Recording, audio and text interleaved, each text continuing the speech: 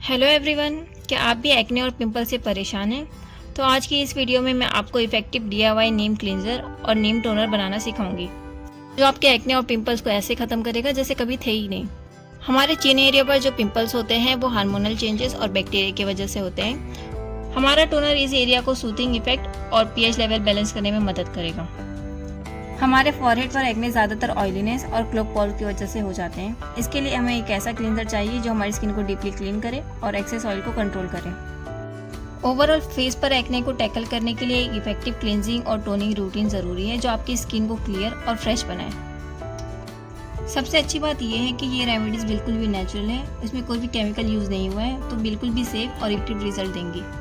तो बिना किसी देरी के हम शुरू करते हैं। सबसे पहले मैंने यहाँ पर नीम के पत्तों को धो लिया है ताकि इसमें जो भी गंदगी हो वो निकल जाए। नीम में एंटीबैक्टीरियल प्रॉपर्टीज होती हैं जो एक्ने कॉजिंग बैक्टीरिया को किल करने में मदद करती है, हमारी स्किन को जर्म से प्रोटेक्ट करती है और ब्रेकआउट्स को रिड्यूस करती है।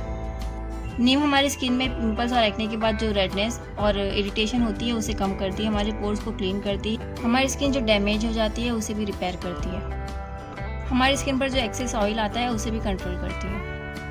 नीम की पत्तियों को वॉश करने के बाद मैंने इसे एक जार में ट्रांसफ़र कर दिया है और अब मैं नॉर्मल वाटर ऐड करके इसे ग्राइंड कर लूँगी। नीम की पत्तियों को ग्राइंड करने के बाद बहुत ही खूबसूरत सा नीम का पेस्ट रेडी हो चुका है। अब हम इसे किसी भी स्ट्रेनर की मदद से छान लेंगे। अगर आपको वीडियो अच्छी लग रही है तो वीडियो को लाइक और चैनल को सब्सक्राइब ज़रूर कर दें। छानने के बाद हमें जो अर्क मिलेगा हमें इसे अपने क्लींजर में यूज़ करना है। सबसे पहले हम इसमें ऐड करेंगे हल्दी। हल्दी हमें बस थोड़ी सी क्वांटिटी में ऐड करना है ताकि इसका हमारे फेस पर कोई भी स्टेन ना आए। उसके बाद हम अगला मेन इंग्रेडिएंट ऐड करेंगे मुल्तानी मिट्टी। मुल्तानी मिट्टी हमें अपने हिसाब से ऐड करना है ताकि एक नॉर्मल सा पेस्ट रेडी हो जाए। मुल्तानी मिट्टी हमारी स्किन को डीपली क्लीन करती है, ऑयल को कंट्रोल करती है, हमारी स्किन को एक्सफोलिएट करती है और अगर हम इसे रेगुलर यूज़ करें तो हमारी स्किन उससे ब्राइट भी हो जाती है। इसके बाद हम इसमें ऐड करेंगे 1 टीस्पून हनी। हनी हमारी स्किन को डीपली मॉइस्चराइज करती है और हाइड्रेट रखती है। इसमें जो एंटीबैक्टीरियल प्रॉपर्टीज़ होती है वो हमारे पिंपल्स को रिड्यूस करती है, हमारी स्किन को सूथ, काम और जेंटली एक्सफोलिएट करती है और हमारी डैमेज स्किन को रिपेयर करती है। सभी चीज़ों को अच्छी तरह से मिक्स कर लेना है। अगर आपको ज़रूरत लगे तो आप इसमें और भी मुल्तानी मिट्टी ऐड कर सकते हैं। अब आप सोच रहे होंगे ये तो किसी फेस पैक जैसा बन चुका है, तो राइट, आप इसे डेली मॉर्निंग में एक क्लींजर की तरह यूज़ कर सकते हैं या फिर इसे एक पैक की तरह भी अप्लाई कर सकते हैं। दोनों ही मेथड हमारी स्किन के लिए बहुत ही बेनिफिशियल है। आप इसे अपनी स्किन केयर रूटीन के अकॉर्डिंग चूज़ कर सकते हैं।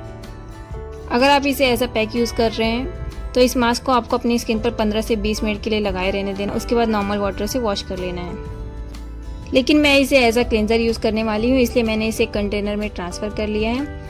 क्लींजर की तरह यूज़ करने के लिए आपको इसे थोड़ी सी क्वांटिटी में अपने फेस पर अप्लाई करना है, जितना हम फेस वॉश यूज़ करते हैं। उसके बाद उसे पानी की मदद से 4 से 5 मिनट के लिए अपने फेस पर मसाज करना है और नॉर्मल वाटर से वॉश कर लेना है। आप दोनों ही मेथड को अपनी प्रेफरेंस के हिसाब से चूज़ कर सकते हैं।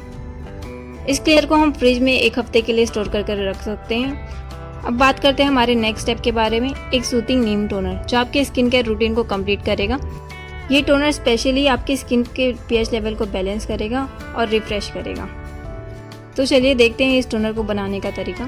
सबसे पहले मैंने नीम की पत्तियों को वॉश कर लिया है ताकि इसमें कोई भी गंदगी ना रहे। वॉश करने के बाद हम इसे किसी भी बर्तन में ट्रांसफ़र कर लेंगे जिसमें हमें इसे बॉईल करना है। टोनर हमारी स्किन का pH लेवल को बैलेंस करता है जिससे हमारी स्किन हेल्दी होती है और हमारी स्किन के पोर्स को टाइटन करता है जिससे स्किन स्मूथ लगती है। स्किन पर एक्सेस ऑयल को कंट्रोल करता है जो कि ऑयली स्किन के लिए बहुत ही बेनिफिशियल है। इसके बाद हम इसमें ऐड करेंगे 1 कप पानी और 4 से 5 लौंग। लौंग में एंटीबैक्टीरियल प्रॉपर्टीज़ होती है जो एक्ने को कम करती हैं, हमारे पोर्स को क्लीन करती हैं और ब्लड सर्कुलेशन को इम्प्रूव करती हैं। अब हमें पत्तियों को धीमी आंच पर पानी में तब तक बॉईल करना है जब तक कि पत्तियाँ अपना सारा अर्क पानी में छोड़ दें और पत्तियों का कलर बिल्कुल ही चेंज हो जाए। बीच बीच में हमें इसे चलाते भी रहना है। मैंने पत्तियों को तब तक बॉईल किया है जब तक कि हमने जो 1 कप पानी ऐड किया था वो आधा बच गया है। गैस की फ्लेम को ऑफ करके हमें इसे ठंडा होने के लिए छोड़ देना है।